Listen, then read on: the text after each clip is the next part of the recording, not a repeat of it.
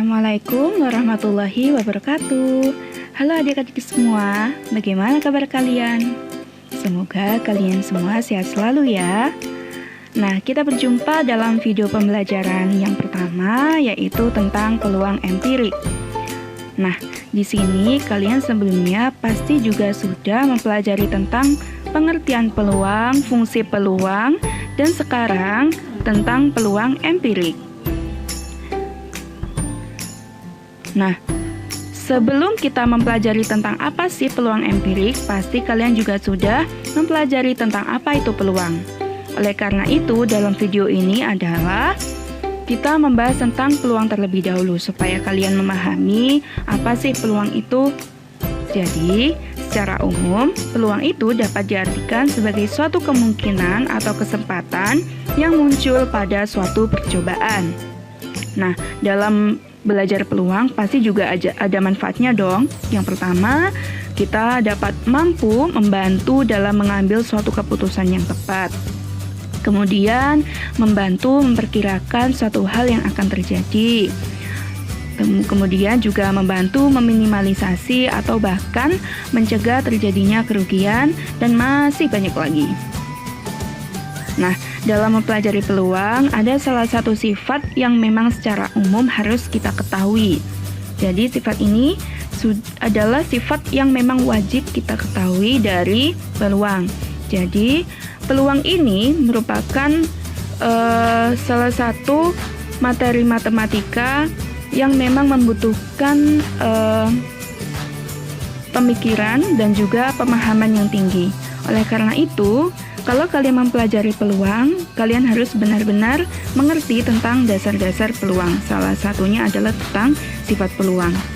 Jadi, sifat peluang itu adalah peluang dari suatu kejadian selalu bernilai antara 0 sampai 1.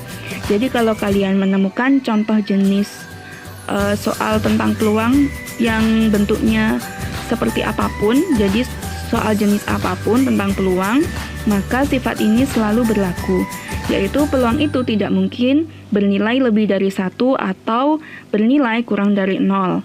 Maka dari itu, perlu dipahami bahwa hasil atau nilai dari peluang itu pasti selalu bernilai positif.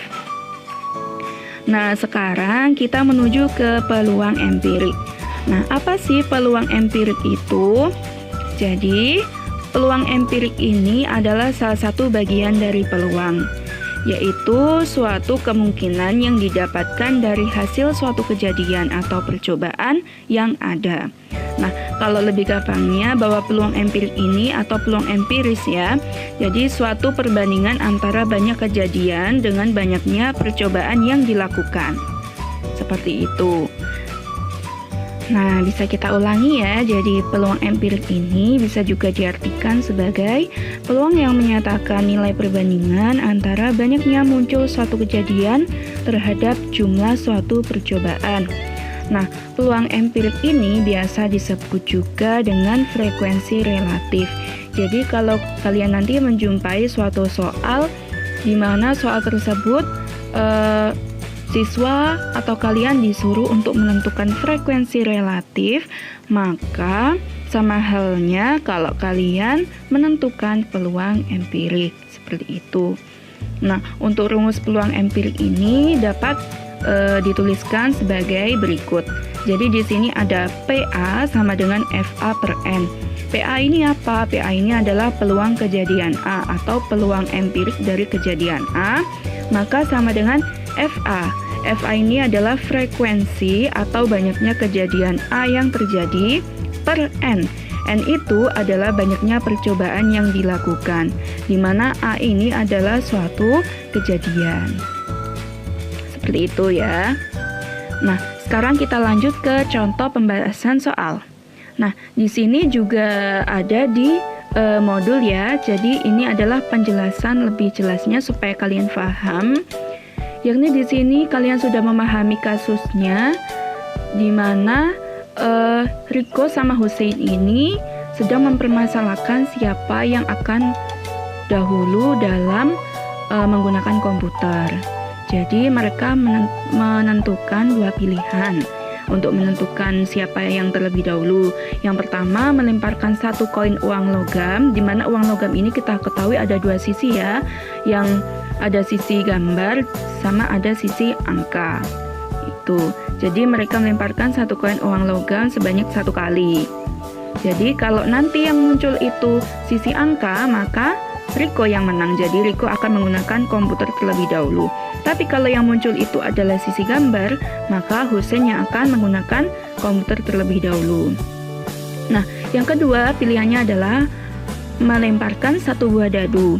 Nah, di sini kan kalau dadu kan ada 6 ya, ada 6 sisi angka. Ada angka 1, 2, 3, 4, 5, dan 6. Cara 1 kali.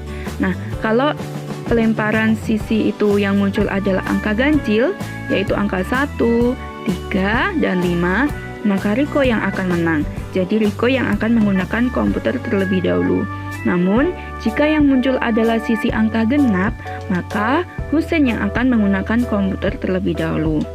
Nah, untuk menyelesaikan permasalahan di atas, maka kalian bisa berdiskusi ya dengan kelompok, bisa sebangku atau bisa 2 bangku mungkin ya, untuk menentukan bagaimana cara menyelesaikannya. Jadi kalau kalian ya menjadi Riko sama Husein, kalian mau pilih yang nomor 1 atau nomor 2? Kalian mau pakai uang logam atau pakai 1 buah dadu seperti itu. Nah, kalau kalian sudah menentukan, apa alasan kalian menggunakan cara tersebut? Nah, kemudian dari salah satu cara, cobalah kalian untuk melemparkan sebanyak 3 kali ya. Jadi kalau disoalkan 1 kali, coba kalian selesaikan. Jika kalau kalian melempar koin uang logam itu kalian lempar sebanyak 3 kali, tapi kalau 1 buah dadu kalian juga lempar sebanyak 3 kali.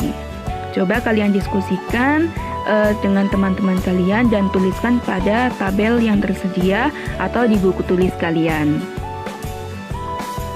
Nah, kalau nih di sini contohnya adalah misalkan yang kita pakai adalah cara yang pertama.